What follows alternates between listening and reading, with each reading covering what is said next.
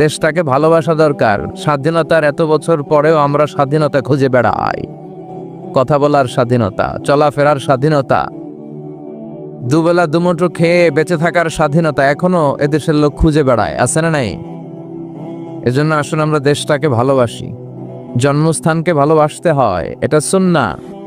বিশ্বনবী যখন মক্কা থেকে মদিনায় হিজরত করে যাচ্ছিলেন, ওনাকে কম্পেল করা হয়েছে, বাধ্য করা হয়েছে যাওয়ার জন্য। উনি যেতে চান নাই। উনি যখন মদিনায় যায় বারবার মক্কার দিকে ফিরে তাকায় আর চোখের পানি ছাড়ে আর বলে, মক্কা তু আহাব্বুল বিলাদ ইলাইয়া, মক্কা আমার কাছে সবচাইতে প্রিয় শহর। লাউলা উখরিজতু লামা খরাজতু মিনহা, আমারে যদি মক্কা থেকে জোর করে বের করে না দেয়া হতো আমি কোনোদিন মক্কা থেকে বের হতাম না। এজন্য বাংলাদেশ আমাদের কাছে প্রিয় না? কথা বলেন, বাংলাদেশকে ভাল লাগে? We are proud of as a Bangladeshi. আমরা বাংলাদেশি হিসেবে গর্ব করি, আমরা বাংলাদেশি হিসেবে আল্লাহর কাছে শুকরিয়া করি, ঠিক কিনা? এজন্য দেশকে ভালোবাসতে হয়। আসুন আমরা দেশের কল্যাণে কাজ করি। আল্লাহ তুমি তৌফিক দাও। সন্ত্রাসবাদ, এটাকে ইসলাম পছন্দ করে না। সন্ত্রাসীদের কোনো ধর্ম নাই, সন্ত্রাস এটাই সন্ত্রাসীদের ধর্ম।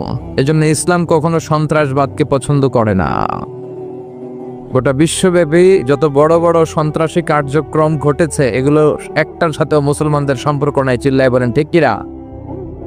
ইসলাম জেহাদকে প্রমোট করে আর নিষেধ করে জঙ্গিবাদকে, সন্ত্রাসবাদকে। যারা মানবতার পক্ষে, যারা কল্যাণের পক্ষে, এরা মুজাহিদ। আর যারা মানবতার বিপক্ষে, তারা হচ্ছে জঙ্গি। যারা মানুষ মারে এরা জঙ্গি, এরা টেরর, এরা সন্ত্রাস। এই সন্ত্রাসের সাথে ইসলামের কোনো সম্পর্ক। বিষ্ণু ঈসা ইসলাম ছিলেন মুজাহিদ আর আবু জাহেল ছিল জঙ্গি। এই যারা এই কাজগুলো করে, এগুলো আবু জাহেলের উত্তরসূরি। চিল্লায় বলেন ঠিক কিনা? এগুলোর গায়ের ভেতরে নমরুদ আর ফেরাউনের রক্ত বহমান। এরা গায়ে গতরে দেখতে মানুষ, আসলে মনুষ্যত্ব এদের মধ্যে নাই। আল্লাহ এই শ্রেণীর লোকদেরকে তুমি হেদায়েত দান করো। যেই ভাই বোনদেরকে আমরা এই দুর্ঘটনাতে হারালাম, আল্লাহ তাদেরকে শাহাদাতের সর্বোচ্চ মাকাম তুমি দান করো। তারা যে শহীদ এতে কোনো সন্দেহ নাই, আছে। তারা জুমার সালাত আদায় করার জন্য গিয়েছিল মসজিদে। তারা পাক্কা ইমানদার, আর সালাত কায়েম করতে যে খুতবা শোনা অবস্থায় তারা ইন্তেকাল করেছে। আল্লাহ যেন তাদের আত্মাটাকে জান্নাতের সুউচ্চ মাকামে সেট করে। আমরা পড়ি আমিন। আর এই সন্ত্রাসবাদ, জঙ্গিপনা থেকে আমাদেরকে সচেতন হতে হবে, ছেলে মেয়েদেরকে বুঝাতে হবে। অনেক জায়গায় এরকম উল্টাপাল্টা বিশ্বাস, ধর্মবিশ্বাস, আকীদা গড়ে উঠেছে। এরা বোমা মেরে ইসলাম কায়েম করতে যায়, আছে না নাই? এদেশেও কিছুদিন ছিল, একসাথে 64টা জেলায় বোমা মেরে এরা ইসলাম কায়েম করবে। নিজেদের মধ্যে ইসলাম নাই, এভাবে ইসলাম আসে নাই। ইসলাম এস্টাবলিশ হয়েছে ভালোবাসা, শান্তি, সৌহার্দ্য আর প্রেম প্রীতির মধ্য দিয়ে। চিল্লায় বলেন ঠিক কিনা? যেখানে মুসলমানরা বাধ্য হয়েছে, আক্রান্ত হয়েছে, সেখানে মুসলমানরা তলোয়ার চালিয়েছে। বিশ্বনবী 3টা অপশন দিতেন কোথাও যুদ্ধে গেলে। কয়টা? জোরে বলেন কয়টা? অপশন নাম্বার 1, বিশ্বনবী বলতেন আসলিম তাসলাম, ইসলাম মানো, শান্তিতে থাকবা, দুনিয়াতেও শান্তি, আখিরাতেও শান্তি, ঠিক কিনা? অপশন নাম্বার 2, ইসলাম মানতে চাও না, দ্যাটস ফাইন, লা ইকরাহা ফিদ্দিন, ইসলাম ধর্মে কোনো জোরাজোরি নাই, জবরদস্তি নাই। আমি জোর করে কোনো হিন্দুরে কালিমা পড়াতে পারবো না, ঠিক কিনা? আমি জোর করে কাউরে কনভার্টেড, রিভার্টেড, ধর্মান্তরিত করতে পারবো না। ইসলাম মানো, শান্তিতে থাকবা, মানবে না তাও ভালো। অপশন নাম্বার 2, ট্যাক্স দাও। কি দিবা? আমাদের দেশে মুসলিম থাকবে, ওরা ট্যাক্স দিবে, জিজিয়া দিবে, ট্যাক্স দিবা। বিষ্ণু বলতেন আমরা তোমাদেরকে সিকিউরিটি দিব, তোমার মুসলমান হওয়া লাগবে না, তুমি ইহুদি থাকো, তুমি খ্রিস্টান থাকো, তুমি অগ্নি উপাসক থাকো, কোনো সমস্যা নাই, আলহামদুলিল্লাহ পড়েন।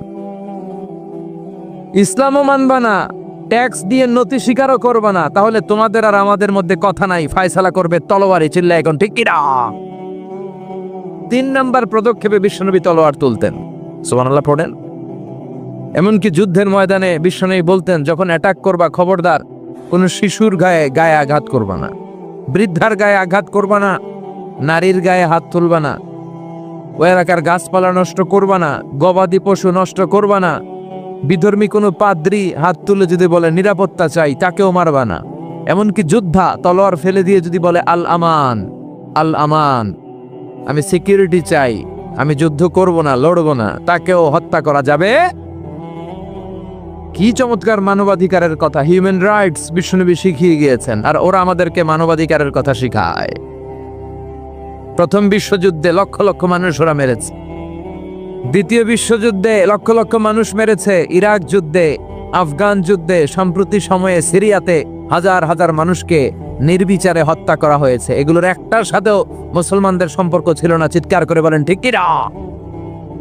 এজন্য ইসলাম হচ্ছে শান্তির ধর্ম, এখানে জঙ্গিপনার কোনো স্থান নাই। জঙ্গিবাদ, সন্ত্রাসবাদকে আমরা না বলবো। কি বলবো? বলেন নো। এত আস্তে চিল্লায় বলতে হবে নো। আমরা বলে দিলাম নো ফর টেরোরিজম। সন্ত্রাসবাদকে আমরা বলে দিলাম না, তোমাদের জন্য কোনো স্থান নাই আমাদের হৃদয়ে। আমরা শান্তি চাই। আমরা কি চাই? যুদ্ধ নয়, আরে যুদ্ধ নয়, নয় আর কোন তাজালা, সেই পৃথিবী আমাদের সকল মানুষের হোক নিরাপদ আবাস, সেই পৃথিবী আমাদের সকল মানুষের হোক নিরাপদ আবাস। We don't want to see any war in the whole world. We don't want to see any war in the whole world. ঠিক কি না? আমরা জঙ্গিপনা, আমরা সন্ত্রাসবাদ চাই না, আমরা চাই শান্তি। কি চাই? আল্লাহ পুরো মুসলিম উম্মার উপর তুমি শান্তি দাও, রহমত দাও, বরকত দাও। কোরআনের আলোয় আমাদেরকে আলোকিত করে দাও। কোরআনের ভেতরে আলো আছে না নাই? কে বলেছেন? কিতাবুন আনজালনাহু ইলাইকা লিতুখরিজান নাসা মিনাল যুলুমাতি ইলান নূর। ও নবী, এমন একটা কিতাব আপনার কাছে আমি পাঠালাম, এই কিতাব মানলে, কিতাব পড়লে অন্ধকারচ্ছন্ন মানুষগুলোরে আলোর পথ দেখায়া দিবে কে? এমন কিতাব, এই কিতাব পড়লে মানলে কেউ অন্ধকার রাস্তায় থাকে না, তাকে আলোর রাস্তা দেখায় দেয় কে? এই কিতাবের ভেতরে আপনার জীবনের তার সমাধান আছে না নাই? আপনি কোনো ক্রাইসিসে আছেন, আপনি কনফিউশনে আছেন, you are in a dilemma, what to do, you don't know. কি করবেন জানেন না, সমস্যায় পড়েছেন, ক্রাইসিসে পড়েছেন, সংকটে পড়েছেন। এই সংকট নিরসনের সলিউশন কোরআনে আছে না নাই? সব সমস্যার সমাধান কোরআনে দিয়েছে কে? সমাধান চাও যদি জীবনে মরণে, ফিরে যাও খুঁজে নাও, চোখ রাখো কোরআনে। চোখ রাখবেন কোথায়? সবাই পড়েন, সমাধান চাও যদি জীবনে মরণে, ফিরে যাও খুঁজে নাও, চোখ রাখো কোরআনে। If you want the solution this dunya and akhira, go back, have a look to the holy Quran. আলহামদুলিল্লাহ পড়েন। এমন কিতাব আমরা পেয়েছি, কিতাবে সব সমস্যার সমাধান আছে। আল্লাহর কসম করে বলছি, পড়েন। প্রতিদিন একটু একটু করে পড়বেন, আপনি দেখবেন এই কোরআনের আয়াতে আয়াতে, পরতে পরতে, পাতায় পাতায় সব কিছুর সমাধান দিয়েছে কে? এই কোরআন পেয়ে খুশি না বেজার? এই কোরআন দিয়ে দেশে আইন চলুক চাই কি চাই না? কোরআন দিয়ে দেশের সংসদ ভবন পরিচালিত হোক চাই কি চাই না? কিন্তু সংসদ ভবনে যারা আছে এরা তো চায় না। কথা কন? দেখছেন না কিছুদিন আগে কি বললো একজন? আমরা ভোট দিয়ে এগরে পাঠাই আর এরা ইসলামরে গালি দেয়। কথা বলেন, এরা ইসলাম সহ্য করে না, সবাই না। মোল্লাতন্ত্র বলেছে সে, ইসলামকে বলেছে মোল্লাতন্ত্র, ডানা বেঁধে উঠেছে দেশে। একজন বড় আলেমকে উনি গালি দিয়েছে তেতুল হুজুর বলে। চিন্তা করছেন? আর কাদিয়ানীদের মতো একটা গোষ্ঠীর সাফাই গেতে শুরু করেছে উনি সংসদে বসে। ওনার আর কোনো কাজ নাই। এগুলো আগাছা। এগুলো কি? মাননীয় প্রধানমন্ত্রীর উচিত এই আগাছাগুলোরে ক্লিন করে দেয়া। কথা বলেন। দেশে কত সমস্যা, এগুলো নিয়ে কথা নাই। ইফটিজিং এই দেশে আছে না নাই? দুর্নীতি আছে না নাই? ঘুষ আছে না নাই? ঘুষে আমরা চ্যাম্পিয়ন, সারা ওয়ার্ল্ডে আমরা ঘুষে চ্যাম্পিয়ন। সরকারি অফিসের টেবিলের উপর দিয়া, নিচ দিয়া, সব জায়গা দিয়া চলে। আলহামদুলিল্লাহ টেকনাফে এগুলা নাই। কি আছে? তো এগুলো বন্ধ করবেন না আপনারা? কবে? এগুলোর ব্যাপারে শক্ত হন। যারা ঘুষের ব্যাপারে জিরো টলারেন্সে থাকে এলাকার মধ্যে, যারা আল্লাহওয়ালা, এদেরকে আপনারা নেতা বানাবেন, দেখবেন ঘুষ টুস বন্ধ হয়ে যাবে। চিল্লা এখন ঠিক কিনা? এই আগাছা মুক্ত বাংলাদেশ আমরা চাই। যারা সংসদে বসে কোরআন থেকে কথা বলবে, দরকার আছে না নাই? কোরআন থেকে পড়লেই শান্তি, মানলেই শান্তি। আমরা যেন সবসময় কোরআনের পক্ষে থাকতে পারি, আল্লাহ তৌফিক দাও। আমরা কখনো যেন কোরআনের বিপক্ষে না যাই, আল্লাহ তৌফিক দাও। যারা কোরআনের পক্ষে আমরাও তাদের পক্ষে, ঠিক কিনা? আর যারা কোরআনের বিপক্ষে তাদের জন্য আমাদের কোনো দরদ নাই, ভালোবাসাও নাই। এজন্য সংসদ ভবনটা কোরআন দিয়ে চলুক, চাই কি চাই না? সেনাবাহিনীর ক্যান্টনমেন্ট গুলোতেও কোরআনের চর্চা হোক, চাই কি চাই না? হাইকোর্ট সুপ্রিম কোর্টেও কোরআনের আইন মোতাবেক বিধান জারি করা হোক, চাই কি চাই না? আমরা চাই এই কোরআনের বাণী সব জায়গায় পৌঁছে যাক। আমরা চাই কালেমার পতাকা সব জায়গায় পথ করে উড়ুক, ঠিক কিনা? কোনো একদিন এ দেশের আকাশে কালিমার পতাকা উড়বে, সেদিন সবাই খোদাই বিধান পে দুঃখ বেদনা ভুলবে, ঠিক কিনা? কালেমার পতাকা যদি উড়ে, কোরআন দিয়ে যদি দেশ চলে, ওই দেশে অশান্তি থাকবে। বিশ্বনবী মদিনাতে যে ইসলামিক স্টেট এস্টাবলিশ করেছিলেন, ওই সমাজে মারামারি ছিল, ঘুষ ছিল, দুর্নীতি ছিল। তা আমরা ওইরকম সমাজ চাই না? যদি চাই তাহলে আসুন কোরআন পড়ি, কোরআন মানি, কোরআন দিয়ে জীবন গড়ি। রাজি আছেন তো? আল্লাহ তুমি তৌফিক দাও। আরো জোরে পড়ি আমিন। আমি আমার খুতবার শুরুতে সূরাত আন-নাজিআতের 41, 42, 43 তিনটা আয়াত তেলাওয়াত করেছি। এখানে আল্লাহ তাআলা বলছেন যে, হে নবী, লোকেরা আপনাকে কিয়ামতের ব্যাপারে জিজ্ঞেস করে যে কিয়ামত কখন হবে, কিয়ামত কখন হবে, এটা আপনি কি করে বলবেন? এ ব্যাপারে সঠিক তথ্য জানা আছে তো শুধু একজনের, তিনি কে? কিয়ামত যে হবে এতে কোনো সন্দেহ আছে? এই পৃথিবী কি আজীবন এরকম থাকবে? আমরা কি চিরকাল থাকতে এসেছি? নো, এটা একটা ট্রানজিট পিরিয়ড, আমাদেরকে চলে যেতে হবে। বিশ্বনবী মক্কার জমিনে কিয়ামতের ব্যাপারে মানুষকে সচেতন করতে লাগলেন, বলতে লাগলেন the day of judgement, the day of অ্যাকাউন্টেবিলিটির কথা। তিনি বুঝাতে লাগলেন, ও মক্কার লোকেরা, এই দিন দিন না, আরো দিন আছে। এই দুনিয়াটাই সব নয়, বিশাল এক জগৎ পড়ে আছে, সেখানে আল্লাহর সামনে তোমাদেরকে দাঁড়াতে হবে। এই পৃথিবীটা একদিন থাকবে না, সব ভেঙে চুরে চূর্ণ বিচূর্ণ আর খান খান হয়ে যাবে, ঠিক কিনা?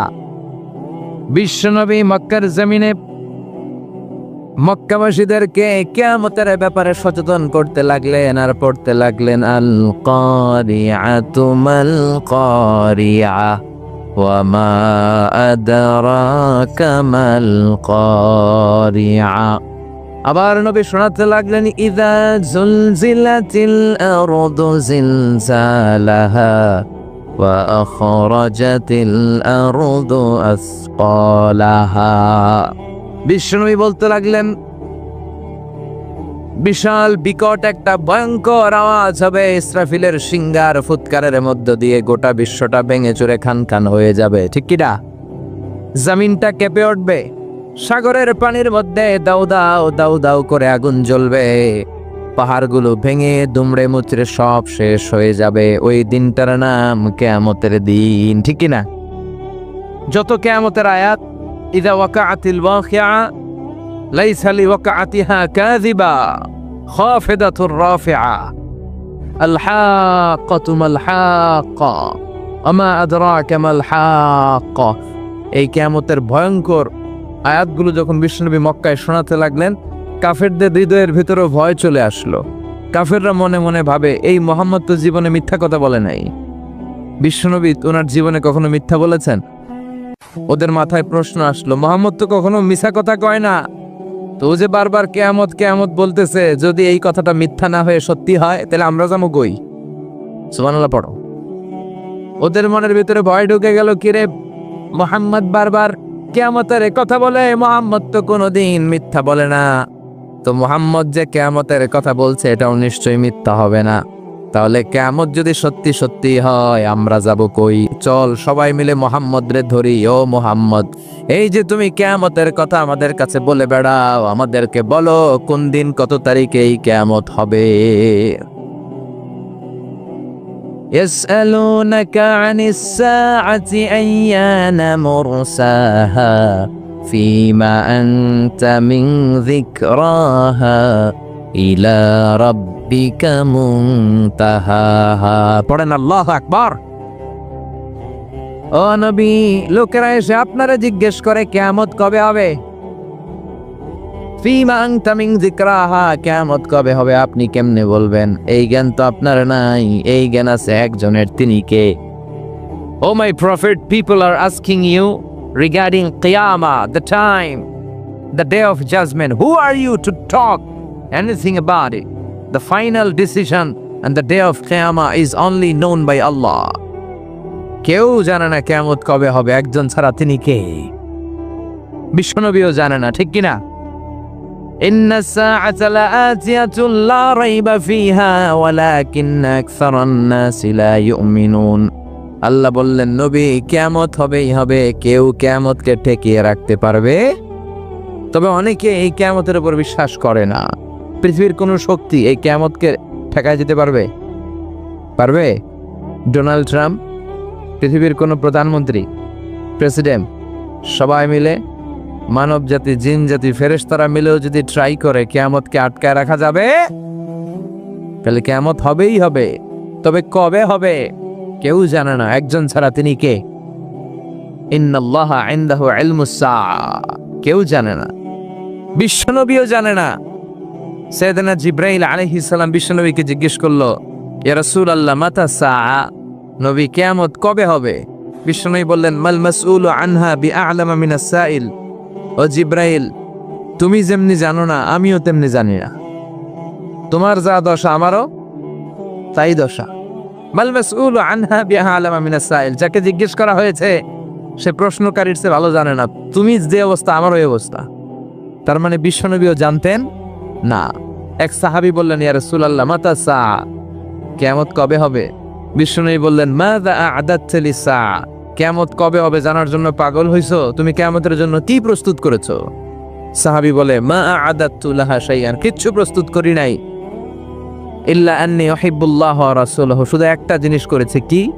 সে বলতে লাগলো, একটা জিনিস আমি শুধু প্রস্তুত করেছি, সেটা হচ্ছে আমি আল্লাহরে আর আল্লাহর রাসূলরে খুব ভালোবাসি, এইটা ছাড়া আমার আর কিছু নাই। বিষ্ণু বললেন, আনতা মা আমান আহবাবতা ফা ইন্নাকা মা আমান আহবাবতা। ও সাহাবী, তুমি যাদেরকে ভালোবাসো জান্নাতে তাদের সাথেই তুমি থাকবে। তাহলে পুরো আলোচনা থেকে বুঝলাম কিয়ামত হবেই, কেউ ঠেকায় রাখতে পারবে? তবে কবে হবে কেউ জানে না, একজন ছাড়া, তিনি কে? এমনকি বিশ্বনবী নিজেও জানে না, ঠিক কিনা? আল্লাহ ছাড়া কেউ জানে না। অনেকে বলে এত সালে কিয়ামত, এত সালে কিয়ামত, এই জাতীয় কথাবার্তা সমাজে বর্তমানে আছে না নাই? এটা ঠিক না, এদের কথায় কান দিবেন না। আমরা জানি না কবে হবে, কিচ্ছু জানি না। জানে কে? তবে কিছু আলামত, কিছু সাইন, আশরাতুস সাআ, কিছু আলামত বিশ্বনবী আমাদেরকে শুনিয়ে গিয়েছেন যে এই এই পরিস্থিতি যখন সমাজে হবে তখন মনে করবে কিয়ামত হতে খুব বেশি দেরি নাই, সময় খুব কাছে। সুবহানাল্লাহ পড়েন। এই আলামতগুলো দুই ভাগে বিভক্ত। একটা হচ্ছে কিয়ামতের ছোট আলামত, আরেকটা হচ্ছে কিয়ামতের বড় আলামত। কিয়ামতের বড় আলামত 10টি। টেকনাফের ভাইয়েরা বলেন, বড় আলামত কয়টি? আল্লাহর মেহেরবানিতে কিয়ামতের এই বড় বড় 10টা আলামতের একটাও আমাদের সমাজে এখনো দেখা যায় নাই। কিন্তু কিয়ামতের ছোট আলামত অনেকগুলো, আর তার বেশিরভাগই সমাজে দেখা দিয়েছে। তার মানে বড় আলামত শুরু হওয়ার খুব দেরি নাই। কথা কন? কিন্তু কবে শুরু হবে এক্স্যাক্টলি দিনক্ষণ তারিখ দিয়ে বলা সম্ভব? এটা জানে শুধু একজন, চিৎকার করে বলতে হবে, তিনি কে? বিশ্বনবী বলেছেন কিয়ামতের ছোট আলামতের সর্বপ্রথম আলামত হচ্ছে বিআসাতু রাসূলিল্লাহ, আল্লাহর রাসূল সাল্লাল্লাহু আলাইহি ওয়াসাল্লামের দুনিয়াতে আগমনটাই কিয়ামতের প্রথম আলামত। সুবহানাল্লাহ নাই? কথা বুঝতে কষ্ট হচ্ছে? বিশ্বনবীর আগমনটাই হচ্ছে কিয়ামতের প্রথম আলামত। বিশ্বনবী চলে আসছে, তার মানে আর নবী আসবে, এবার কিয়ামতের দিকে আগাইতে হবে। চিল্লা এখন ঠিক কিনা? বিশ্বনবী বলতেন, বুইস্তু আনা ওয়া সাআতু কাহাতাইন, আমি এবং কিয়ামত এইভাবে পিঠাপিঠি হয়ে নাজিল হয়েছি। এই আঙ্গুল থেকে এই আঙ্গুলের মাঝখানে যেমনি তেমন কোনো ব্যবধান নাই, আমি নবী আর কিয়ামতের মাঝখানে তেমন কোনো ব্যবধান নাই। সুবহানাল্লাহ পড়েন। তারপরেও কত বছর চলে গেল?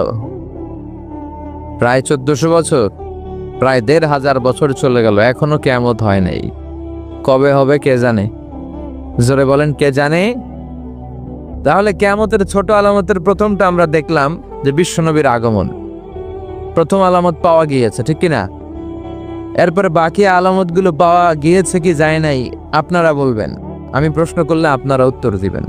আসেন আমরা দেখি বিশ্বনবী বাকি আলামতের ব্যাপারে কি বললেন। এরপরে বিশ্বনবী বললেন, কাসরাতু যুহুরিল ফিতান বিআনওয়াইহা, কিয়ামতের আগ দিয়ে সমাজে ফিতনা ফাসাদ বেড়ে যাবে। এই আলামতটা সমাজে আছে না নাই? টেকনাফে আছে ফিতনা? কি ফিতনা আছে কোন? হ্যাঁ কয় বেশি বেশি। কি ফিতনা আছে? ঈমান আমলের ফিতনা। আর টাকা পয়সার ফিতনা। হ্যাঁ, আর জায়গা জমির ফিতনা। আর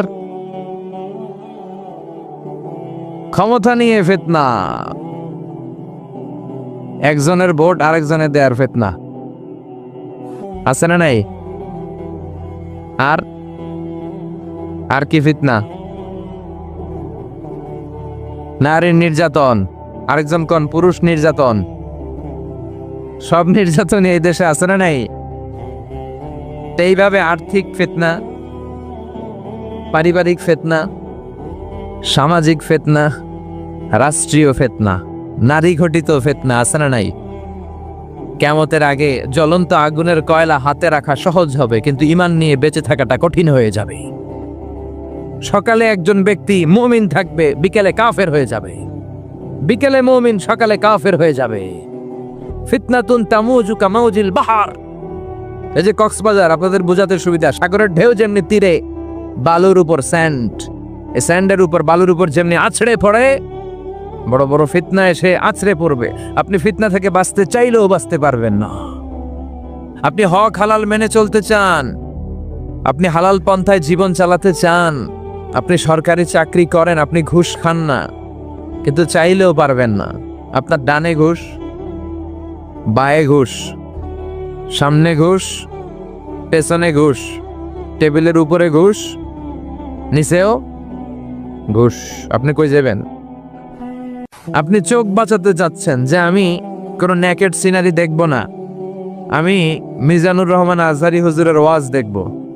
ইউটিউবে ঢুকলেন, লিখলেন মিজানুর রহমান আজহারি ওয়াজ, সার্চ দিলেন, ওয়াজ চলে আসছে। ওয়াজের পাশে দেখবেন এক বেডি বেসকি দিয়ে রইছে, আছে না নাই? তো দেখতে ঢুকছেন ওয়াজ, ওদিকে দেখবেন যে আরেকজন বেসকি মেরে রয়েছে। তার মানে আপনি চাইলেও এখন আর চোখ হেফাজত করতে পারছেন না। ফিতনাতুন তামুজু কামাউজিল বাহার। বিশ্বনবী বললেন, সাগরের ঢেউ যেমনি তীরে এসে আছড়ে পড়ে, ফিতনা এভাবে আছড়ে পড়বে। চারদিকে ফিতনা, ডানে তাকাবেন ফিতনা, বায়ে ফিতনা, সামনে ফিতনা। বাঁচতে চাইলেও বাঁচতে পারবেন না। আপনি ঝগড়া করতে না চাইলেও, আপনি ঝগড়া করেন না কেন? আপনার পায়ে পাড়া দিয়ে ঝগড়া করবে, আছে না নাই? এজন্য বিশ্বনবী দোয়া করতেন, আল্লাহুম্মা ইন্না নাউযু বিকা মিনাল ফিতান মা যাহারা মিনহা ওয়া মা বাতান। আল্লাহ, প্রকাশ্য ফিতনা, গোপন ফিতনা, সব ফিতনা থেকে তুমি আমাদের বাঁচাও। আর জোরে পড়ে না আমি। আসেন দোয়াটা সবাই একসাথে পড়ি, আমার সাথে সাথে আওয়াজ করে পড়বেন। আল্লাহুম্মা ইন্না নাউযু বিকা মিনাল ফিতান মা যাহারা মিনহা ওয়া মা বাতান। আল্লাহুম্মা ইন্না নাউযু বিকা মিনাল ফিতান মা যাহারা মিনহা ওয়া মা বাতান। এর মানে আল্লাহ দেখা যায় না, এরকম সব ফিতনা থেকে তুমি আমাদেরকে বাঁচাও। তো এই যে বিষ্ণু বললেন কিয়ামতের আগে ফিতনা সমাজে বেড়ে যাবে, এই আলামতটা আমাদের সমাজে আছে না নাই? তাহলে দুইটা পাইলাম, বিশ্বনবীর আগমন এটাও পাইলাম, ফিতনা বেড়ে যাবে এটাও পেলাম। এরপর বিষ্ণু ঈসা ইসলাম বলেছেন খরুজ মুদ্দাইন নবুয়া, কিয়ামতের আগে ভণ্ড নবী দাবিদাররা বের হয়ে যাবে। ভণ্ড নবী দাবিদার আছে না নাই? বিষ্ণু বুখারীর বর্ণনায় বললেন 30 জন হবে এদের সংখ্যা, সবগুলো হচ্ছে দাজ্জালুন কাজ্জাবুন, মিথ্যাবাদী দাজ্জাল, এগুলো একটাও নবী নয়। চিল্লায় এখন ঠিক কিনা? মা কানা মুহাম্মাদুন আবা আহাদিম মির রিজালিকুম ওয়ালাকিন রাসূলুল্লাহি ওয়া খাতামান নাবিয়্যিন। মুহাম্মদ তোমাদের কোনো পুরুষের পিতা নয়, তিনি হলেন আল্লাহর রাসূল, তিনি হলেন খাতামান নাবিয়্যিন, সর্বশেষ নবী। আমার নবীর পরে আর কোনো নবী আছে? আদম আলাইহিস সালাম থেকে শুরু করে বিষ্ণু ঈসা ইসলাম পর্যন্ত এই যে নবী আসার ধারাবাহিকতা, এটাকে আল্লাহ তাআলা বিশ্ব নবীর মাধ্যমে কাট আপ করে দিলেন। সুবহানাল্লাহ পড়েন। বিষ্ণু বলতেন লা নাবিয়্যা বা'দি ওয়ালা রাসূলা, আমার পরে কোনো নবীও নাই, কোনো রাসূলও নাই, তবে লাউ কানা বা'দি নাবিয়্যুন লাকানা উমর, আমার পরে যদি কেউ নবী হওয়ার যোগ্যতা রাখে আমার ওমরের ওই যোগ্যতা আছে। সুবহানাল্লাহ পড়বেন না? ওমরে ফারুক এমন একজন ব্যক্তিত্ব ছিলেন, উনি যদি কোনো রাস্তা দিয়ে হাঁটতো, শয়তান ওমরে ফারুককে দেখলে শয়তান ওই রাস্তা রেখে দিয়ে আরেক রাস্তা দিয়ে হাঁটতো। ওমরে ফারুক যেই রাস্তা দিয়ে হাঁটে ওই রাস্তা দিয়ে শয়তান হাঁটে না। এজন্য ওমরের মতো একটা নেতার দরকার আছে না নাই? প্রভু তুমি বলেছ রাসূল দেবে না, বলনি দেবে না, ওমর বলনি দেবে না, হামজা তারিক খালিদ বিজয়ী সমর। প্রভু তুমি বলেছ রাসূল দেবে না, বলনি দেবে না, ওমর বলনি দেবে না, হামজা তারিক খালিদ বিজয়ী সমর। প্রভু তুমি বলেছ রাসূল দেবে না, ঠিক কিনা? ওমরে ফারুক নবী হয়ে যেত, কিন্তু যেহেতু নবী হওয়ার যোগ্যতা কারো নাই, সুযোগ নাই, এজন্য বিশ্বনবীর পরে কেউ নবুয়তির দাবি করতে পারবে। কিন্তু বিশ্বনবীর জীবদ্দশায় মুসাইলামাতুল কাযযাব নামে এক ভণ্ড নবী দাবিদারের আবির্ভাব ঘটেছিল। সে এসে বলল, হে মুহাম্মদ, আন-নুবুওয়াতু নিসফুন লাকা ওয়া নিসফুন লি। মুহাম্মদ, নবুয়ত পুরাটা তোমার না, অর্ধেক তোমার অর্ধেক আমার, আমারটা আমারে দাও। বিশ্বনবী বললেন, তুই মিথ্যাবাদী, তুই কি কাযযাব। সে বিশ্বনবীর মতো অ্যাক্টিং করত, বিশ্বনবী যা যা করতেন সেও তা করার চেষ্টা করত। বিষ্ণু ঈসা ইসলাম কোনো গাছের মধ্যে হাত লাগালে ওই গাছের ফলন বাড়িয়ে দিত কে? তো সেও বিশ্বনবীর মতো অ্যাক্টিং করে, সবাই বলতো তুমি যেহেতু নবী দাবি করো তুমি আমাদের গাছে হাত লাগাও, তো সেও হাত লাগাই দিত, কিন্তু ফলন বাড়তো না, গাছে ফল যা আসতো ওগুলো ঝরে পড়তো, উল্টা হতো। বিষ্ণু ঈসা ইসলামের কাছে সবাই এসে বলতো, ইয়া রাসূলুল্লাহ, আমাদের কুয়ার পানিগুলো লবণাক্ত, আপনি দোয়া করেন। বিষ্ণুনবী অজু করে অজুর কুলির পানি কুয়ার মধ্যে ছাড়লে লোনা পানির কুয়া মিঠা পানিতে রূপান্তরিত হয়ে যেত। কিন্তু মুসাইলামারে যখন সবাই ধরতো, মুসাইলামা তুমি তো নবী দাবি করো, চলো, ও যে কোনো মিঠা পানির মধ্যে কুলি মারলে ওটা লোনা পানি হয়ে যেত। রিঅ্যাকশন করতো। কি করতো? বিশ্বনবীটা করতো অ্যাকশন, আর ওরটা করতো রিঅ্যাকশন। এরপর বিষ্ণু ঈসা ইসলাম মদিনার নিউ বর্ন বেবি, নবজাতক বাচ্চাদের মাথায় হাত বুলিয়ে দিলে বাচ্চাদের মাথার চুল বড় হয়ে যেত। আর মুসাইলামা যেই বাচ্চাদের মাথায় হাত বুলিয়ে দিত, চুল বড় হওয়া তো দূরের কথা, ওইটার মাথায় চুলই উঠতো না, আর আজীবন থাকতো টাক মাথা। নাউজুবিল্লাহ পড়বেন না? কারণ এটা বিশ্ব নবী। এটা কি নবী? এই নবীর সম্মানের মতো সম্মান পৃথিবীর কোন নবীর আছে? উনি হচ্ছেন খাতামুন নাবিয়্যিন, শেষ নবী, সর্বশ্রেষ্ঠ নবী, তিনি নবীদেরও নবী। চিল্লা এখন ঠিক কিনা? এভাবে অনেকে নবুয়তের দাবিদার সাজতে চেয়েছে। এই যে আমরা কাদিয়ানী সম্প্রদায়ের ব্যাপারে বলি, এরা নিজেদেরকে আহমদী মুসলমান বলে। কি মুসলমান? আহমদী মুসলমানের কোনো আলাদা মুসলমান নাম আছে? আমরা সবাই মুসলিম, চিল্লায় বলেন ঠিক কিনা? আল মুসলিমু মিল্লা ওয়াহিদা, পুরো মুসলমান এটা হচ্ছে এক জাতি। গোটা বিশ্বে মুসলমান নির্যাতিত হলে গোটা বিশ্বের সব মুসলমান চোখের পানি ঝরায় আর কাঁদে আর দোয়া করে, চোরে কোন ঠিক কিনা? নিউজিল্যান্ডে মারা গেল, আমাদের হৃদয়ে ব্যথা আছে না নাই? আরাকানে মারা যায়, আমাদের রক্তক্ষরণ আছে না নাই? ফিলিস্তিনে শহীদ হয়, তাদের জন্য আমাদের দোয়া আছে না নাই? দুর্ভাগ্যবশত আমরা ইহুদিদের ষড়যন্ত্রে পা দিয়ে টুকরা টুকরা হয়ে গিয়েছে, আলাদা আলাদা দল। দল আর গোত্রের কোনো শেষ নাই। এত মায়ের খাওয়ার পরেও আমরা ঐক্যবদ্ধ হওয়ার প্রয়োজনীয়তা অনুভব করছি না। মুসলিম তো এমন দল, এটা দেহের মতো, কাজাসাদিন ওয়াহিদ। দেহের চোখে ব্যথা হলে যেমনি সারা দেহটা কষ্ট পায়, হাত কেটে গেলে যেমনি পুরো দেহটা কষ্ট ভোগ করে, গোটা বিশ্বের কোথাও একজন মুসলমান আক্রান্ত হলে গোটা বিশ্বের মুসলমানরা কাঁদে, জোরে কোন ঠিক কিনা? যদি আমাদের একটা সেন্ট্রাল লিডারশিপ থাকতো, নেতা নেতৃত্ব দেওয়ার মতো, যার নেতৃত্বে আমরা জিহাদের ময়দানে ছুটে যেতাম, আমরা অপেক্ষা করছি ওই নেতার জন্য। ইমাম আল মাহদি আসবে একদিন, চিল্লায় এখন ঠিক কিনা? আমাদের যদি একটা সেন্ট্রাল মিলিটারি থাকতো, সেনাবাহিনী, ওয়াআইদ্দু লাহুম মাসতাতা'তুম মিন কুওয়া ওয়া মির রিবাতিল খাইল তুরহিবুনা বিহি আদুওয়াল্লাহি ওয়া আদুওয়াকুম। আল্লাহ বলে তোমাদের মিলিটারি সেনাবাহিনী প্রস্তুত রাখো, কিন্তু আমাদের 50টারও বেশি দেশে, 50টারও বেশি মুসলিম দেশ, আমাদের নিজস্ব মিলিটারি নাই। কথা কোন ঠিক কিনা? এই 50টা দেশের একটা যৌথ সেনাবাহিনী থাকার দরকার আছে না নাই? যদি থাকতো তাহলে কোন দেশে যদি মুসলমানদেরকে আক্রমণ করা হতো, আমাদের মিলিটারি সেখানে যে দুর্বার আন্দোলন আর প্রতিরোধ গড়ে তুলতো, চিল্লায় এখন ঠিক কিনা? কিন্তু আমাদের এই লিডারশিপ নাই। এই মির্জা গোলাম আহমদ কাদিয়ানি, পাঞ্জাবের এক লোক, সে নিজেকে দাবি করেছে আমি হচ্ছে শেষ নবী। এরপর হঠাৎ করে আমি হলাম ইমাম মাহাদি, এরপর আমি হলাম ঈসা আলাইহিস সালাম। নাউজুবিল্লাহ পড়বেন না? এই লোকটার মৃত্যু হয়েছে পায়খানার ভিতরে, টয়লেট ভাঙ্গা ভিতরে পড়ছে, পেশাব পায়খানা খাইতে খাইতে খাইতে খাইতে আর খাইতে পারে না। আল্লাহকে আরো খা, আরো খা বেয়াদব। এই টয়লেটের পায়খানা খেতে খেতে দুনিয়া থেকে বিদায়। এজন্য বিশ্ব নবীর পরে কেউ যদি নবুয়তির দাবি করে, এটা কি মুসলমান? এগুলো কি ফতোয়া তো আপনারাই দিতে পারতেছেন। কারণ লা ইলাহা ইল্লাল্লাহ বললে মুসলমান হওয়া যায়? তাকে বলতে হবে লা ইলাহা ইল্লাল্লাহ মুহাম্মাদুর।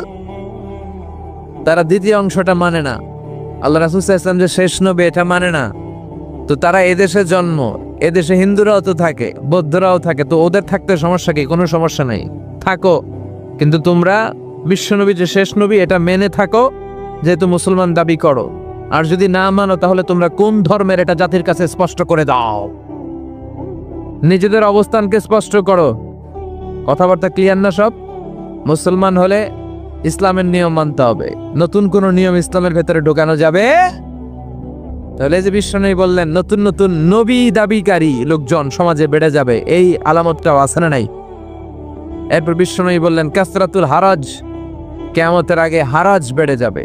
সাহাবীরা বললেন ওয়ামাল হারাজ ইয়া রাসূলুল্লাহ, হে আল্লাহর রাসূল সাল্লাল্লাহু আলাইহি ওয়াসাল্লাম হারাজ কি? বিশ্বনবী বললেন হাদা হুয়াল হারাজ। কি বুঝলেন? ফাইট, পেতাল, মারামারি, ফায়ার, অন্যায়ভাবে মারা হবে। এই যে আজকে মারছেন একজন খ্রিস্টান লোক, 50 জনরে নিউজিল্যান্ডে শেষ করে দিল। বিষ্ণু বললেন কিয়ামতের আগে যিনি মারবে তিনি জানবেন আমি কেন মারলাম। এদেশেও অনেকে মারে, কেন মারে জানে না, কয় উপরের নির্দেশ আছে না নাই? আর যারে মারা হলো সেও জানে না আমি কি অপরাধে মরলাম, কেন গুম হইলাম, কেন ক্রস ফায়ারে পড়লাম, আমি জানি না। তো এই আলামতটা সমাজে আছে না নাই? দেখছেন বিশ্বনবী কেমন যেন এই 21 শতাব্দীর দিকে তাকিয়ে তাকিয়ে আলামতগুলো বলে গিয়েছে, যেগুলোই বলেছে প্রতিটা আলামত অক্ষরে অক্ষরে মিলে যা। এরপর বিশ্বনবী বলেছেন দিয়াউল আমানা, কিয়ামতের আগে আমানতের খেয়ানত হবে। এটা সমাজে নাই। আমানতের খেয়ানত আছে না নাই? সাহাবারা বললেন মাতা সাআ, নবী কিয়ামত কবে হবে? বিশ্বনবী বললেন ইযা দুইয়াতিল আমানাতু ফানতাযিরিস সাআ, যখন আমানতের খেয়ানত হবে তখন তোমরা কিয়ামতের অপেক্ষা করো। সাহাবারা বললেন, ইয়া রাসূলুল্লাহ, ইয়া হাবিবাল্লাহ, কাইফা ইদাআতুহা, কেমন করে আমানতের খেয়ানত হয় আপনি আমাদেরকে বুঝিয়ে বলেন। বিশ্বনবী বললেন, ইযা উসিদাল আমরু ইলা গায়রি আহলিহি ফান্তাযিরিস সাআ, যেই ব্যক্তি যেই চেয়ারে বসার যোগ্য নয়, যেই ব্যক্তি যেই পজিশনে যাওয়ার যোগ্য নয়, সেই ব্যক্তি যদি যোগ্যতা ছাড়াই ওই পজিশনে চলে যায়, ওই চেয়ারে বসে যায়, তখনই কিয়ামত হয়ে যাবে। এ আমানতের খেয়ানত আছে না নাই? সভাপতি হওয়ার যোগ্যতা নেই, সভাপতি হয় মসজিদের, আছে না নাই? সেক্রেটারি হওয়ার যোগ্যতা নাই, সেক্রেটারি হয়, আছে না নাই? বক্তা হওয়ার যোগ্যতা নাই, বক্তা হয়, আছে না নাই? আপনারা টেকনাফে শিশু বক্তা আনেন না? হ্যাঁ, 36 ইঞ্চি 28 ইঞ্চি বক্তা, তারপর শিশু বক্তা, এরপর আগে নারী ছিল, এরপরে পুরুষ হয়ে গেছে, এই বক্তা, আছে না নাই? তো আপনি আনবেন তো ওই লোককে যে কোরআন জানে, যে হাদিস জানে, যে সমসাময়িক যে ক্রাইসিস সমস্যা, কোরআন সুন্নাহর আলোকে এই সমস্যার সমাধান দিয়ে যেতে পারবে, ঠিক কিনা? এরকম আলেমরে আইনা বসানোর দরকার আছে না নাই? এখন আপনি যদি লোক জড়ো করার জন্য শিশু বক্তা নিয়ে আসলেন, এরা কোলে করে আনা আগে। এই যে আজকে যে মঞ্চ বানাইছেন আপনারা, জীবন উঠতে পারবেন এটাতে। আজকে মঞ্চ দেখছেন আপনারা, একেবারে বিশাল আরস। তো এইখানে উঠাইতে হলে 3-4 জন এর কোলে করে, কাঁধে করে উঠাইতে হবে। এরপর হাত নাই পা নাই এরকম বক্তা আছে না নাই? আমি দেখছি একজন, তারে দেখার জন্য লক্ষ লক্ষ মানুষ। এরপর আগে নাকি নারী ছিল, এরপর পুরুষ হয়ে গেছে। পৃথিবীর কোথাও এগুলো শুনি না, এই দেশে এগুলো হয়। তো এগুলো আমানতের খেয়ানত। মসজিদের সভাপতি যিনি হবেন, আপনাকে নামাজি হতে হবে। সভাপতি মানে আপনি প্রধান মসজিদের, তো আপনি যদি বেনামাজি হন কেমনে হবে? কথা বলেন। নামাজ পড়েন এরকম সভাপতি আছে না নাই? আমি সবার কথা বলছি না, যারা পড়ে না এদের কথা বলছি। বেশিরভাগ মসজিদের এই অবস্থা। মসজিদ নিয়ে দলাদলি কিলাকিলি আছে না নাই? এমপি হওয়ার যোগ্যতা রাখে না, এমপি হয়, আছে না নাই? মন্ত্রী হওয়ার যোগ্যতা রাখে না, মন্ত্রী হয়, আছে না নাই? আউলা জাউলা বকে, এরকম আছে না নাই? তাহলে বিশ্বনবী যা বললেন কথায় কথায় মিলে যায়। আমানতের খেয়ানত এটা কিয়ামতের আলামত।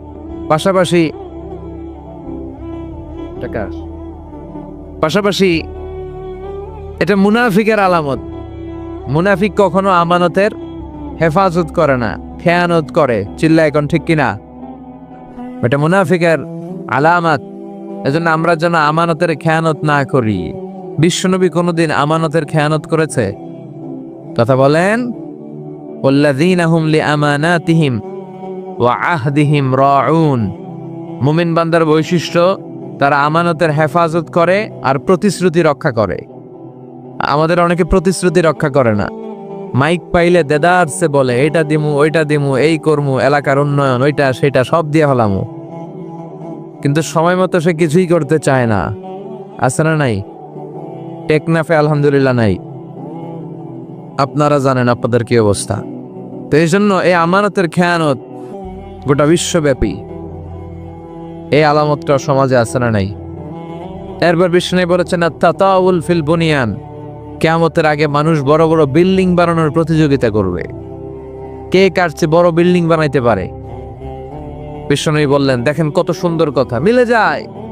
ওয়ান তারাল হুফাত আল উরাত আল আলাতা রিয়া আশা ইয়াতাতাওয়ালুনা ফিল বুনিয়ান, তোমরা দেখবে পায়ে দেওয়ার মতো জুতা ছিল না, গায়ে দেওয়ার মতো জামা ছিল না, এরকম গরিব লোকগুলো সমাজে হঠাৎ করে হুরু হুরু করে ধনী হয়ে যাবে। এরপরে বিল্ডিং বানানোর প্রতিযোগিতা, খালি প্রতিযোগিতার কম্পিটিশন। ওর 5 তলা, আমার লাগবে 10 তলা। ওর 10 তলা, আমার লাগবে 20 তলা। ওর 2টা গাড়ি, আমার লাগবে 3টা গাড়ি। আছে না নাই? ও তাহাজ্জুদ পড়ে, আমিও তাহাজ্জুদ পড়ব, এটা নাই? কথা বলেন। আমিনাল লাইলি ফাতাহাজ্জাদ বিহি নাফিলাতাল লাকা আসা আন ইয়াবআসাকা রাব্বুকা মাকামাম মাহমুদা। আল্লাহ ডেকে বলেন, নবী রাতের শেষ অংশে উঠে তাহাজ্জুদের নামাজ পড়েন। তাহাজ্জুদের নামাজ পড়লে আপনার মর্যাদা বাড়ায়া দিবে কে? তাহাজ্জুদের জায়নামাজে মরণ দিও প্রভু আমায়, একামতে দিনের কাজে কবুল করে নিও আমায়। চিল্লায় পড়েন আমিন। তার মানে বড় বড় বিল্ডিং বানানোর প্রতিযোগিতা গোটা বিশ্বব্যাপী আছে, বিশেষ করে আরব বিশ্বে আছে না নাই? পৃথিবীর বড় বিল্ডিং গুলো ওখানে। দুবাই আছে বুর্জ আল খলিফা, 163 তলা উঁচু। এরপরে সৌদি আরবে আছে একটা কিংডম টাওয়ার, এই বছরই শেষের দিকে খোলার কথা। এই বছর 19 সালেই মানে শেষ হবে। এটা 1000 মিটার উঁচু। এরপর তাইপিডাং 1 কাবাঘরের পাশে একটা আছে, এটারে রয়্যাল ক্লক বলে। জমজম টাওয়ার ইয়া উঁচু, 120 তলা। মানুষ কাবার দিকে যাবে, কাবার দিকে তাকায় থাকলেও সব। কাবা দিয়ে মানুষ ওইটার দিকে তাকায় থাকে, এত বড়। তিনটা জিনিসের দিকে তাকালেই সওয়াব। কোরআনের দিকে তাকালেই সওয়াব, মায়ের চেহারার দিকে তাকালেই সওয়াব, আর কাবার গিলাফের দিকে, কাবা ঘরের দিকে তাকালেই সওয়াব। কাবা ঘরকে কেন্দ্র করে প্রতিদিন 120টা রহমত নাজিল হয়। সিদ্দিন আলী তাইফিন, 60টা রহমত যারা তাওয়াফ করে তাদের উপর। আর বাঈন লিল মুসাল্লিন, 40টা রহমত যারা নামাজ পড়ে। 60 আর 40 কত হইল? বাকি আছে কয়টা? 20টা। ওয়ালা 20 লিন্নাজিরিনা ইলাল কাবা। আর বাকি 20টা রহমত যারা নামাজে পড়ে না, তাওয়াফও করে না, শুধু কাবার দিকে তাকিয়ে থাকে। সুবহানাল্লাহ পড়বেন না? ওই কাবা ঘরের পাশে একটা বানাইছে বিশাল জমজম টাওয়ার, 120 তলা। সবাই ওইটার লগে ছবি তোলে, খালি সেলফি। আছে না নাই? এগুলো কিয়ামতের আলামত। বড় বড় টাওয়ার বানানো, প্রতিযোগিতা শুরু হয়ে যাওয়া। এরপর বিষ্ণু বললেন, যুহুরুন নিসা আল কাসিয়াত আল আরিয়াত আল মাইলাত আল মুমিলাত। কিয়ামতের আগে পোশাক পরিহিতা উলঙ্গিনী নারীদের প্রচার প্রসার সমাজে বেড়ে যাবে। আছে না নাই? বোরকাও পড়ে, আবার সব টের পাওয়া যায়। বোরকাও পড়ে, উঁচু নিচু ভাঁজ বুঝা যায়, তার মানে পাতলা বোরকা। মশারি কি পাতলা, এর চেয়েও পাতলা। আছে না নাই? টাইট ফিটিং বোরকা, এটা হবে ঢিলে ঢালা মোটা কাপড়ের, এটা বানাইছে টাইট ফিটিং। আছে না নাই? আছি আমরা এখন জামানায়, লাজ শরম গেছে হারায়। আছি আমরা এখন জামানায়, লাজ শরম গেছে হারায়। পাতলা শাড়ির বাহার, পাখি ড্রেস লেহেঙ্গা, পোশাক দেখে নারীর লাজে মরে যাই হায় হায়। আছি আমরা এখন জামানায়, লাজ শরম গেছে হারায়। ঠিক কিনা? বাবা যারা এসেছেন খবরদার, আপনার মেয়ে আবদার করলেই আপনি যে কোনো কাপড় কিনে দিতে পারবেন। ভাই যারা এসেছো খবরদার, ছোট বোন আবদার করলেই তুমি যে কোনো ধরনের ড্রেস বোনকে কিনে দিতে পারো না। উল্টা পাল্টা পোশাক পরালে কিয়ামতের দিন আল্লাহর সুপ্রিম কোর্টের কাঠ গড়ায় হ্যান্ডকাফ পরিয়ে আসামি বানিয়ে আপনারা দাঁড় করিয়ে দিবে কে? বিষ্ণু বললেন, কিয়ামতের আগে এই জাতীয় বোরকা পরিহিতা উলঙ্গিনী নারী বেড়ে যাবে। মাইলাত আল মুমিলাত, তারা নিজেদেরকে অ্যাট্রাকটিভ মোডে যুবকদের সামনে পেশ করবে, আর তারা নিজেরাও যুবকদের প্রতি আকৃষ্ট হয়ে যাবে। লা ইয়াদখুলনাল জান্নাতা ওয়ালা ইয়াজিদনা রিহাহা, এরা জান্নাতে তো ঢুকবে না, পাশাপাশি জান্নাতের ঘ্রাণও কোনোদিন এদের নাকে লাগবে না। আর জান্নাতের ঘ্রাণ 500 বছর দূরে থাকতেই পাওয়া যায়। এখান থেকে জান্নাতে পৌঁছতে লাগবে আমার 500 বছর।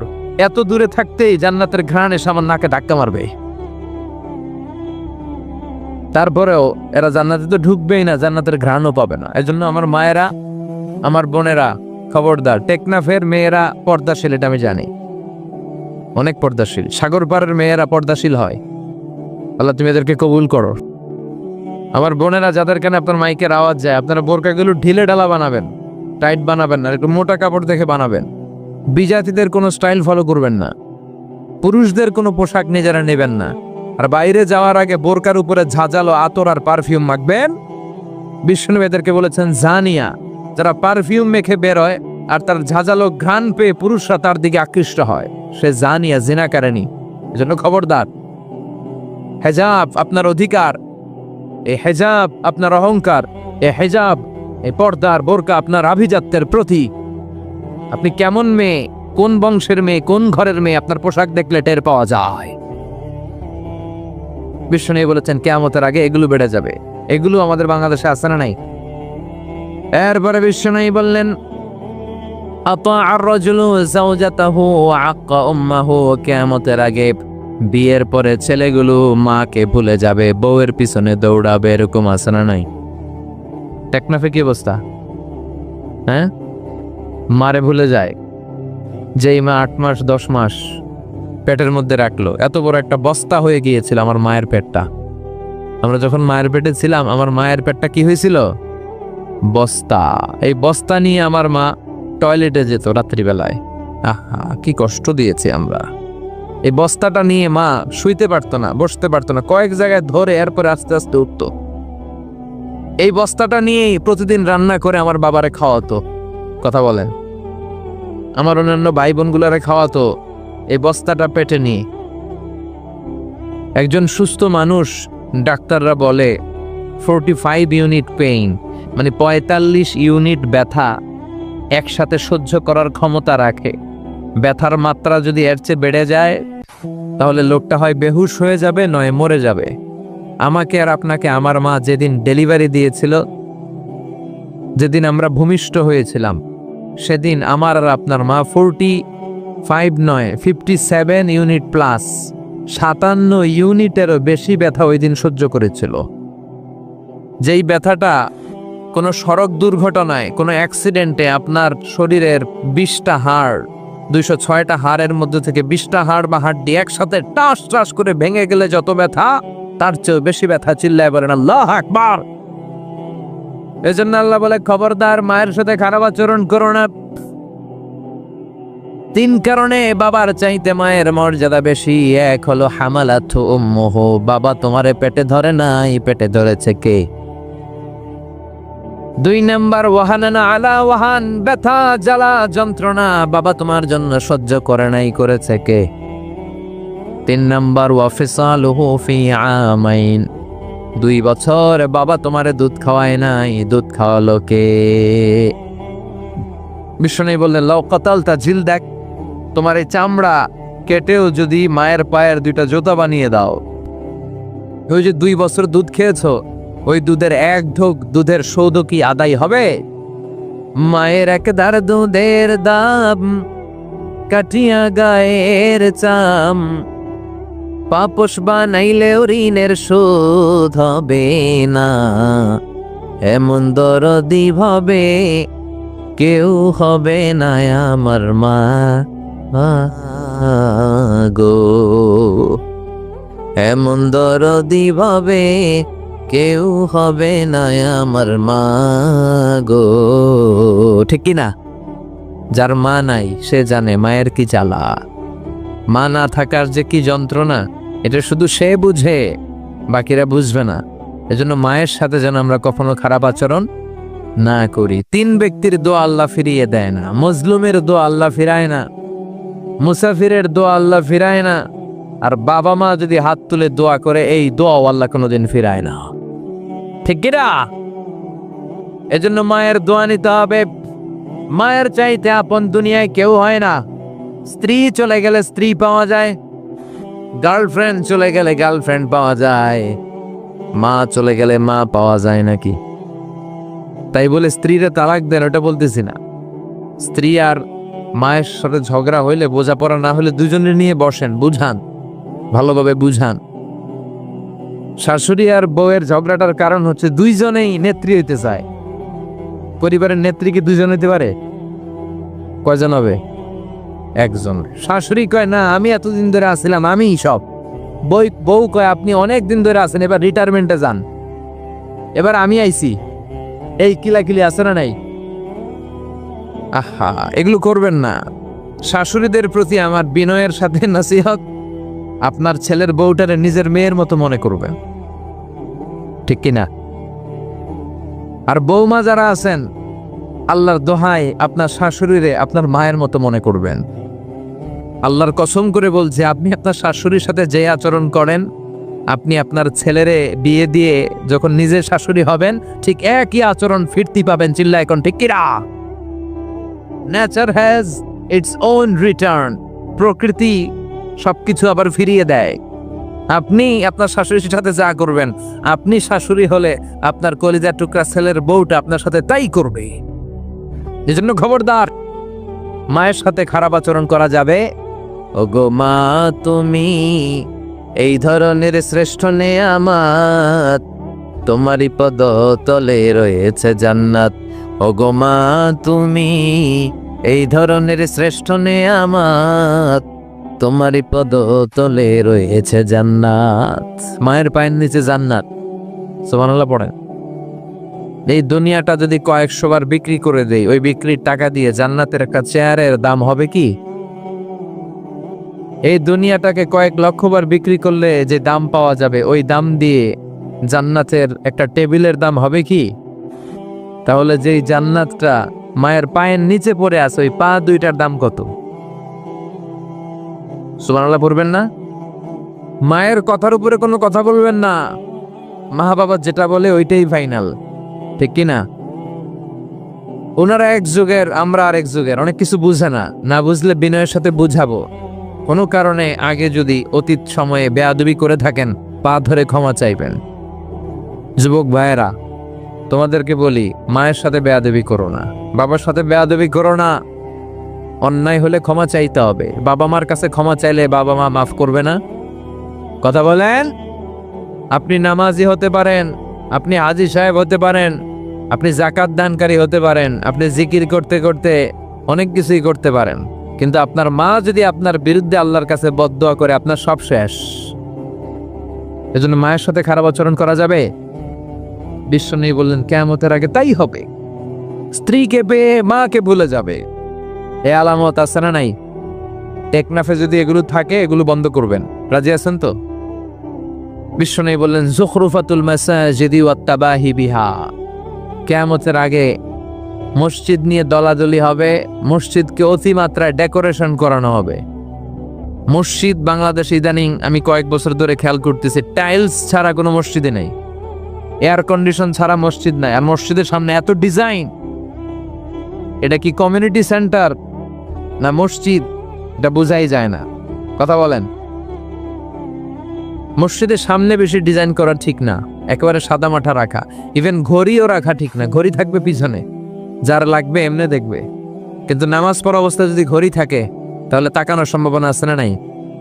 মনোযোগকে নিয়ে যায়, নষ্ট করে। এরকম কোনো কিছু মসজিদের সামনের দেয়ালে লাগানো যাবে না। বিশ্বনবীর মসজিদে নববী, বুখারীর বর্ণনা, কানা সাফ জারিদুন নাখাল। মসজিদে নববীর ছাদ ছিল খেজুর পাতার ছাউনি। সুবহানাল্লাহ পড়ে। খেজুর পাতার ছাউনি আর ডাল দিয়ে মসজিদে নববীর ছাদ। যে মসজিদে 1 রাকাত সালাত পড়লে 1000 রাকাত সালাতের সওয়াব হয়ে যায়। আর ফ্লোর ছিল বালুর ফ্লোর, মাটির ফ্লোর। বৃষ্টি হলে কাদামাটি হয়ে যেত। আর বিশ্বনবী কাদামাটির মধ্যে নামাজ পড়তেন। নামাজ পড়ে তিনি সাহাবীদের দিকে মুখ ফিরিয়ে বসে যখন তাসবিহ পড়ছেন, এক সাহাবী বলছেন, হাত্তা রাআইতু আসারাতিনি ফি জাবহাতিহি। আমি বিশ্বনবীর কপালে মাটি আর বালুর দাগ দেখতে পেলাম। কারণ কাদার মাটির উপর নিষেধা দিয়েছে। বিশ্বনবীর মুবারক কপালে কাদা আর মাটি মিশে আছে। কি মসজিদ! ইবাদতের ঠাসা, আল্লাহর ভয় আর ইবাদত দিয়ে পরিপূর্ণ। আর আমাদের মসজিদ টাইলস আর এয়ার কন্ডিশন দিয়ে ঠাসা, মুসল্লি নাই। এজন্য মসজিদের সাথে সম্পর্ক রাখবেন। 7 শ্রেণীর ব্যক্তিকে আল্লাহ তাআলা কিয়ামতের দিন আরশের নিচে ছায়া দিবে। এর মধ্যে 1 শ্রেণীর হচ্ছে রজুলুন কলবুহু মুআল্লাকুন বিল মাসাজিদ। ওই ব্যক্তি যার হৃদয়টা সবসময় মসজিদের সাথে লেগে থাকে। জোহরের নামাজ পড়ে টেনশনে থাকে আসর কোন মসজিদে পড়ব, মাগরিব পরে সব সময় ভাবে এশার সময় আমি জামাতে পড়তে পারবো তো, কোন মসজিদে পড়ব, তখন কোথায় থাকবো, আশেপাশে মসজিদ আছে না নাই? এজন্য মসজিদের সাথে সম্পর্ক বাড়াতে হবে। রাজি আছেন তো? আল্লাহ তুমি তৌফিক দাও।